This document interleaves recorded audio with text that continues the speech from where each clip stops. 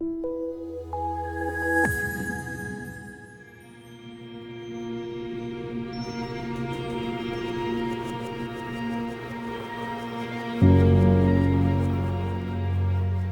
thank you for joining us. It's great to have you in studio. To start off, would you please just give us an introduction, who you are, where you're from, and if you can roll into how you got involved with cycling? Hey Dave, thanks for having me here. So I'm born in Worcester, grew up in Paul, which has a massive track culture, like everyone will know. I started cycling, was about 12 years old. Got introduced by friends. We rode to someone's birthday out on a farm, and that's the first time I rode in a group. And we made a little race of it, and I fell in love with that aspect of cycling, of the tactics and the stuff that you have to do. It's not always just being strong, but to have some more tactics. So that was when I was 12. Then I started with the normal VP League. That time, being under 13 or something, and slowly growing up through the ranks, being in Paul and quite a big rider. Climbing is not my forte, it's never been and will probably never will. So I went to track cycling, and I really fell in love with that.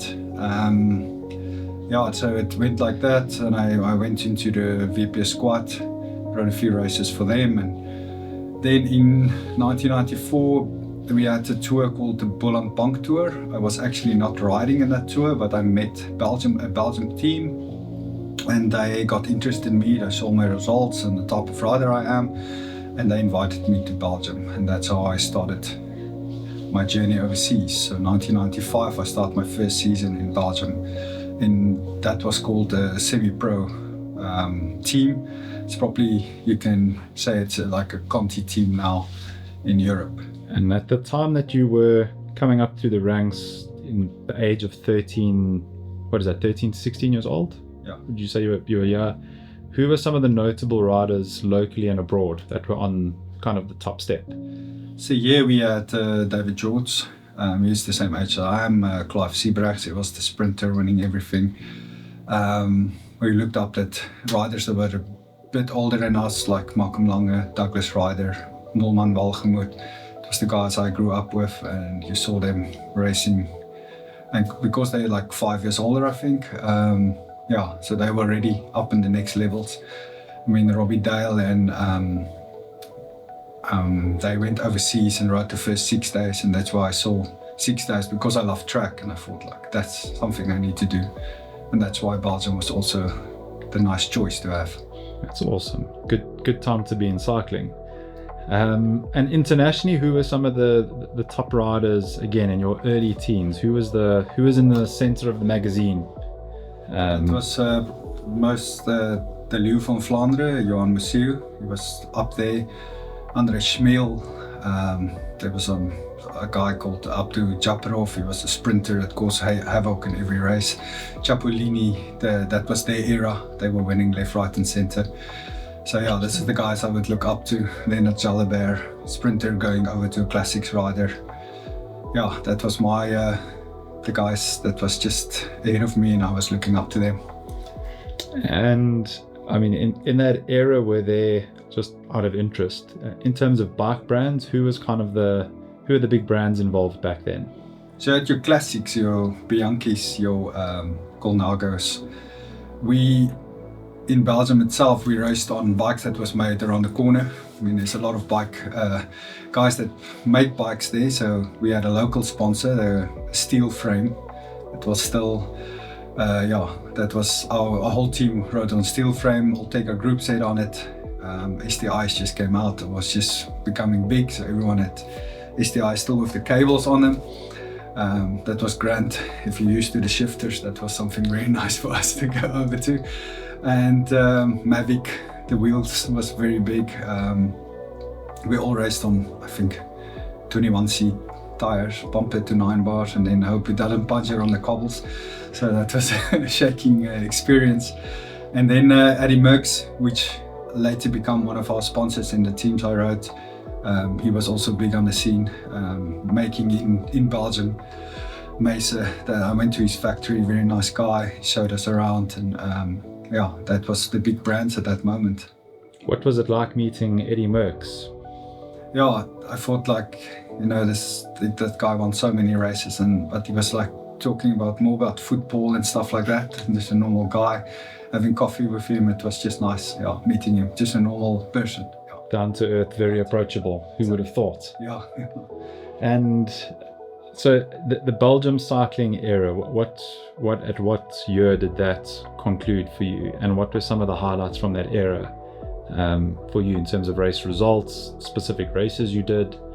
So my first year going in 95, not much results. Finishing a race would be the ultimate. I lived in West Vlaanderen, where there is a hang of a lot of wind. So it's a gutter heaven. You will start a race, it'd be like 500 meters, you'll be at 50, 60 km an hour in a gutter, and it will just split up where you must, the bunches were around 100 to almost 200 riders sometimes, or it could be as little as 25. That was even worse, because then you drop very early. So the race will start and it will just be gutter, and you just really have to fight the first, let's say, all the races are laps, everything from 10Ks to 15K lap, and you'll do a 120K race. The average speed will be around about 47, I think, because it's flat there, but you will turn per lap 20 to 30 times. There will be corners all the time. So race every time going out of the corner, flat box. Yeah, if you're not used to that, it took me about 6 months to get used to that. And then, like I said, the wind will just take care of the rest. If you're not fit and you're not sitting the right place, you'll just get blown off. If you see the UA2 now, or the Touralula, I think it was full of gutters. That's how you race the whole time in Belgium. That's absolutely crazy. Yeah. And that era of cycling ended at around what year for you? When did you hang up your Belgium flag, so to speak, in terms of your racing there? That will be, I think I raced 17 years. Wow. I was racing constantly for teams and clubs, and so my thing was I in the beginning I couldn't ride the kermiskoersen that well because of all the turns and the stuff. I was better in the bigger teams where we rode interclubs, that is the bigger races, and it will be more city to city racing. Then a local lap will have turns, but then the speed will be a bit more calm in the beginning. So I did well in that races, got some nice top 10s there in big races. That was more my forte in the beginning. As I got older and got stronger, I did better in the smaller races. So as I got older, I went to smaller teams, clubs, and raced only what you call kermiskoersen around the church, as we call them. I would say I counted one time how many races I did there. It will be around about 1,500 races. I think I started. That is insane. Didn't finish all of them, but most. Let's say 90% of them. And I mean, what was it like surviving there at a personal level? I mean, I've heard all sorts of stories about, how tough it is to actually just make ends meet and build a network there. What was that aspect of it like for you? Yeah, so my first years, coming from South Africa, there wasn't the euro yet, but it's called the Belgian franc, and it was still very much stronger than the rand. So I had to be very careful with my money. I stayed at it's called guest family. So you stay with them, you pay little money there, mostly your food back. But I had to write prize money to get money to pay for this. So if you're on a bad streak and you start not finishing races or you don't get prize money, life is tough. It will be bread and brown sugar most of the time. And if it gets better, you take some pasta. The team I was in, we didn't got paid, but we got, every time we had a successful, we get a preem. So if the team does well in the bigger races, we get prize money from the team, and we get a preem from the team. So that will be my salary. So I made some good money there by staying there, and the money was okay to make a living, but not buy cars. So very much a pursuit of passion Yes. rather than the yacht lifestyle. No, That's amazing. Definitely far from that. So the team take good care of the entries, the bikes, the clothing and stuff. So the most expensive part was out. Racing in Belgium is cheap. If you're not racing for the team, I mean, I think we paid, it was 20 francs to enter a race. So it's very cheap, and you always was prize money till 40th place. So yeah, you will always have some prize money there that you can survive and prize. Do you know if that culture is still similar, out of interest? Is racing in Belgium and West Flanders similar to how it was now? Do you know if that culture is maintained, out of interest? I've seen there's a little bit less racing, because in my time it was like you can, in the summertime, you can choose from 3 races a day, that you can choose a race and you'll pedal there. It will be 10 k's away from where I was staying. So there was way more racing. But I think the culture is still the same, that they still love cycling. There was always bookmakers on every corner where people played on. They won't play on me, but there will be other guys. And if you were lucky enough to be in a break, if you make the cut, you would have been told you're not going to win. You can be glad you're here. And if you're lucky, they let you take a preem, because they were betting on themselves to make a nice win. If they win, sometimes a guy that's higher up in the bookmakers will win. They let him come with, and everyone played on him, and everyone makes a buck, and the guy could win. So that was that was big in West Flanders, a bit more than in the other provinces. But yeah, I don't have so much trouble from them because I wasn't always up there. But in the bigger races, it wasn't like that, and they were more my food. Interesting. It's a big part of the racing, the bookmakers, and how they bet that. I think a lot of young South Africans aren't necessarily exposed to. I think it's such an awesome dynamic. Okay, so you've wrapped up over 1,000 races there, and I think you said 15, 17 years. Packed your bags and headed back for the sandy shores of Cape Town. Is that right? Yes, because I always say, after cycling, Belgium, it rains more or less. It never stops. The weather is not the best. It rains more or less, but it never stops. Yeah, it's never completely. If you have nice days, it's amazing. It sounds a lot like Newlands, actually. Yeah. So I came back here. Started. What year? More or less. It's 11 years ago now. Okay. So I came back, and then I started racing back actually. Yeah, because I think anyone that came into cycling will know you actually never get rid of it. I think it's more addictive than cocaine, probably. I don't know. A healthy addiction. A healthy addiction, yeah. So it will never leave you. And like I said in the beginning, I like the aspect of the racing and the tactics. So I came into cycling, and that time it was Oregon. I think what was their name, Oregon, and they became Hartleaf, and now they're RDX. They were quite dominating the Cape Town scene. I was racing. I met this guy, Robin Harris. We became friends. We raced Madison together on the track, and so we look at this and we see these guys are dominating the sport and in Cape Town, just because they work as a team together. And and I said to him, Robin, let's make our own team.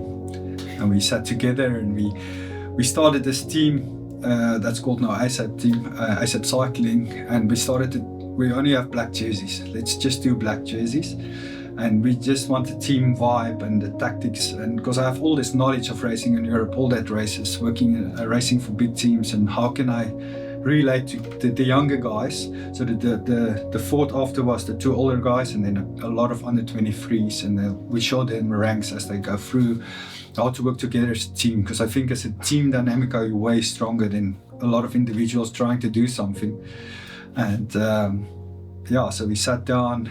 Oslo at that time, I know Bernhard Laker well. He came in and he heard about this, and because he was always teasing me, what are you guys going to do about the strong Hartleaf team? When are you going to give them some competition? And he said okay, and he started heard me that we are developing a team, and he says, let Oslo pay the kit for you guys. and that will help a lot because then you look like the part, you know. And then ASAP, call from ASAP, also heard about this, and he said, okay, I'll pay the entries for the rest of the year. So it became ASAP, Awesome. Hustler ASAP, and that's where that is now 6 years ago. It all started in 2020. We wanted to launch the team the weekend actually that COVID hit the country. They closed everything, so we didn't do our photo shoot, nothing. We sat and wait until the country opened again. And then we did our launch of our team officially. And later, it just developed. ASAP, Carl came aboard more and more. And eventually he took over now the whole team. So he's now our team principal. And I'm the full-time manager of the team. So, It's an amazing story. I literally never get tired of hearing these things because it's a tough market, right? Racing in South Africa, to get sponsors, to get that continuity is very difficult. In saying that, what is the main fuel behind this team? What are they in it for? What are they really trying to do other than beat RDX, which you've made clear? In their domination and I think the main thing is to get youngsters that's like individuals, they're just drifting around, to help them to get in a team format. My biggest dream was to go to Belgium with a team, and that's realizing this year. We're going in July, we're taking 4 guys over, and we're gonna race there and get them, get that what they call it, international experience. And even if the guys doesn't make it, this because everyone's like, oh, not everyone can become a pro cyclist. But I think just working in a team together will also learn you some more later when you were going to business and working with partners and working with guys next to you on the wherever you work, just to have that how do a team works together. And I think that is for us the biggest reason why we do this is that reasons to get kids, learn them how to work in a team. And if they make it as cyclists, great. If they don't, they've learned something. That's a beautiful philosophy. I wasn't actually aware of that coming into this. So whether or not you make it, you're going to give them the exposure, and as long as they come out there, a team player for the rest of humanity to enjoy. You guys have done your job. Sure, that's really inspiring. As far as the racing has gone, obviously there's a extremely dominant team in the form of RDX, really well put together, well-oiled machine. How's that battle gone? Has gone according to plan? Well, have you emerged victorious? Yeah, last year we won the Crit League and the Road League. We have Feyenoord that was great in 94.7. That's a type of racing that we really want to do well in Cape Town Cycle Tour. So the only downfall is, of course, we're always taking youngsters in. It takes a time to get them in the right rhythm, learn how the aspects work. Where a team like RDX are older guys and they know what racing is about, and they really work well together, and they will die to win a race. They leave everything out there, and the youngster still has to learn that. Some is still concerned about the 10th place or something. I think if you race for a team, the podium, that must be the main objective of their race as a team, and not your own outcome at the end. And if we've got a good rider on the day, he'll do anything for him to be a great rider on the day, and have success, because then the team has success. And so every year we get new guys in, and we have to slowly evolve that. That's why this year we took a bit of older guys also in to help them because now I'm not racing anymore. Robin's got his own team, so there's no older guys in the team actually to give this message over. So we took in JB, Wilco and Jaco. That's a bit older guys, a bit more authority to help the youngsters and lead them to do the right thing. I can personally vouch for their dedication and their knowledge. They've ridden for them a little bit in the Wineland side. They are just stellar people. For a youngster that might be watching this and have survived 19 and a half minutes of a video that isn't full of immediate gratification, if they're interested to 1 minute view time, scroll, Assuming they made it this far and that they'd love to put their hand up and be considered for ASAP, is there a formal process there? How does someone get involved with the team? So I go the European way. September, I call it transfer period. So you put your CV in before that. I would say in the month of August, you put your CV in, we look at it, we'll invite you for some rides, maybe do a little stagiaire at a few races for us and see how it goes. If you mingle, if you're willing to learn, because that's always sometimes a problem, and then we can take it from there. And then we're always open. Every year we look at new guys, so it's not a closed circle.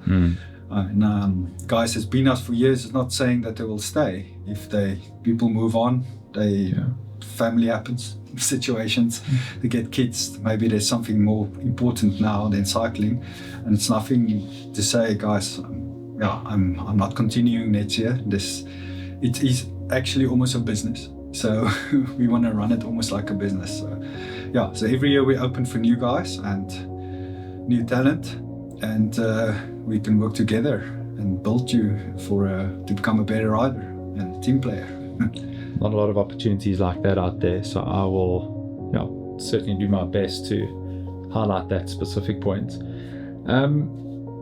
Question on my mind, being so closely involved in South African cycling, having done nearly 1 million races in Belgium, how different is our racing really, specifically road racing, like a 99er, those province league races, a cycle tour excluded because that's an animal unto itself. So the biggest thing I find here is not everyone is here to race. I think some people are just happy to finish in a bunch. If you start in Belgium, you start with 150 guys, there will be probably 149 that want to win that race. And that's the mindset. So the racing will be on from the gun, guys will attack, everyone will try something. Here it's sometimes half of it's just sitting in the bunch. They're waiting for the climb, they're not a climber. I don't know why you wait for the climb. Do something positive, try to ride away, be more aggressive. I'm missing that here. That makes cycling actually very difficult here, because if you're not a climber, no one wants to work with you to get away. And I think, because we used to race there in Belgium, there's not a lot of climbs, but if there's a climb, we'll make it as hard as possible. When you get to the climb, the climber's legs will also be jelly. So maybe I make a 50-50 chance here. Otherwise I just have an 80-20 chance maybe. So that's the biggest difference here. I think the guys need to race more positive, try something. If it doesn't work out, don't worry about your 10th place, no one cares. Yeah, amen to that. In terms of the team, just some up-to-date news. Can you talk us through, you mentioned the two main sponsors and the guys that are behind the team and that have made this a reality. Are there some other brands that are involved with the team? Yes, at the moment we've got a very nice supplement sponsor, that's Sishu Nutrition. It was, you should know, it was developed. I know it well. Developed in Somerset West. Very nice product, after amazing 2-hour gels. We're very happy for them to be on board and help us. Then we have Abyss, the helmets from, they always support us now for a few years. 100% glasses. We have someone that's working at the back that almost no one knows about, and that's Stellenbosch Cairo. She started helping us from the beginning. I mean, just every time we have a fall, you can go to her for as many sessions as we want. Wow. And she sorts you out, she gives you, and if she can't help you, she will send you to the right person that can help you. And she's been there from the beginning. Moira, thank you. Chassis. Those are all great sponsors, but I would particularly enjoy Moira, because that is priceless. The amount of money you burn on good physio in Cairo is interesting. It'd be good to have her in here and hear some of her feedback in terms of how it can help and aid training and race recovery and all that jazz. Yes. In terms of team news, you mentioned Jaco, Wilco and JB have come along. Can you run through the whole team, like who makes up the ASAP Racing team now, management, etc., etc.? If you can just give us like a hierarchy of the team as it is now. Okay, then we have Wynand Hofmeyer. We have Stef Marse.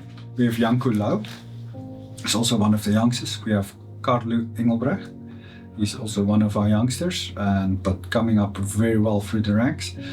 And who did I left out now? So it's a big team, eh? Yeah, we have 8 elite riders, and then we have myself, that's an older rider. I still do a lot of track and a crit where there's no climbs, I'll race. Gavin Canoni. So he helps me a lot with the management and at the backhand, and still is active in racing on the track and the road. Yeah, and that's I'll give you a nice list later on if I sure. And obviously cycle tour is coming up. That's no doubt a big milestone for the team. What are some of the other races for this year that are priorities for you? So we're going to EP Herald this weekend. That's also one of our main races. We're taking a 7-man team there. I think EP Herald, we're looking at Amashava, maybe to go there. 94.7 is one of our big races that we also want to perform. And then of course the Cape Town Cycle Tour. That's our 4 big races, and then we want to do well at all the Western Cape League racing. Awesome. When I first spoke to you, there was a rider announcement you couldn't tell me. Has that happened yet, or there was something in the works? It's not happened, but let me tell you who it is already. It's Tyler Lange, so he joined us. Wow. So that's a nice teammate to have. Also very knowledgeable, raced overseas, and he's still young, still a lot of growth in him. And I'm quite excited about that. An immense well done to you and the rest of the team behind this. That is, that really is getting involved. That's not just the lip service. That's putting your money where your mouth is. And it's taken years, in the beginning you can't go this big, but you grew every year a little bit. We learn also more and more. And and we're very lucky to have a big partner called Javita. They really help us a lot. And I actually forgot to mention them earlier. They have also been there from the second year. They helped us with clothing. That kit looks amazing. I must say, that blue is, it's really, really nice. And the new one is even stunning. When will we get our eyes on that? 2nd of March. 2nd of March. Sorry, the 1st is the launch, so probably the 2nd the photos will be out. Okay. And then we're doing Tour de Cup, the 3rd. So. My favorite race of the year. Yeah, see, that's good stuff. Awesome, man. So much exciting stuff coming for the year. We'll hopefully be able to do this regularly. Like I said to you, the studio is at your beck and call. If you or any of the teammates want to do regular updates, we'd love to have you guys here and keep the industry up to date on all the incredible stuff you're doing. That's more than I even was aware of beforehand. I suppose in closing, is there any pieces of advice you want to leave predominantly the younger generation with? I get a lot of DMs from people that are really eager to break into the market, particularly people that aren't necessarily able to afford it. Any words of wisdom for them, again, if they've made it to 29 minutes on this video? I think the biggest thing will be just have decent equipment. Don't worry about the carbon wheels, don't worry about the latest handlebars. Race your heart out, meaning don't sit there, like I said in the beginning, race aggressively. That's people we see, that will get noticed like that. If you just sit there in the bunch, you're almost blurring away. No one will see you. So race the races like you want to win it, not like you want to wait until the finish comes. I think that's the best thing that you can do. If it's possible, get a power meter, train on that. That's probably a better investment than faster wheels. That's probably for me. I think the biggest advice is just to Appreciate do that. Be aggressive in racing. Just love the sport and just have fun while doing it.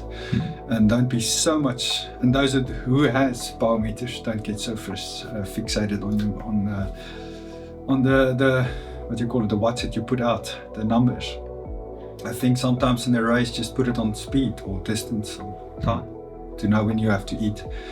I think that's more important than wondering about will I make it on 5 point whatever watts in this break. Just ride the race. That's way important. I see some guys that says they come back, dropped, yeah, but we were doing 5 point something watts and I can't keep that up. Did you drop because of that? Or did you drop because you were dropped? So true. Yeah.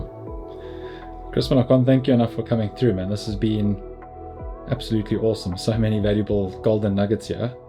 Thank you so much for coming through. Really do appreciate it. Thank you for having me.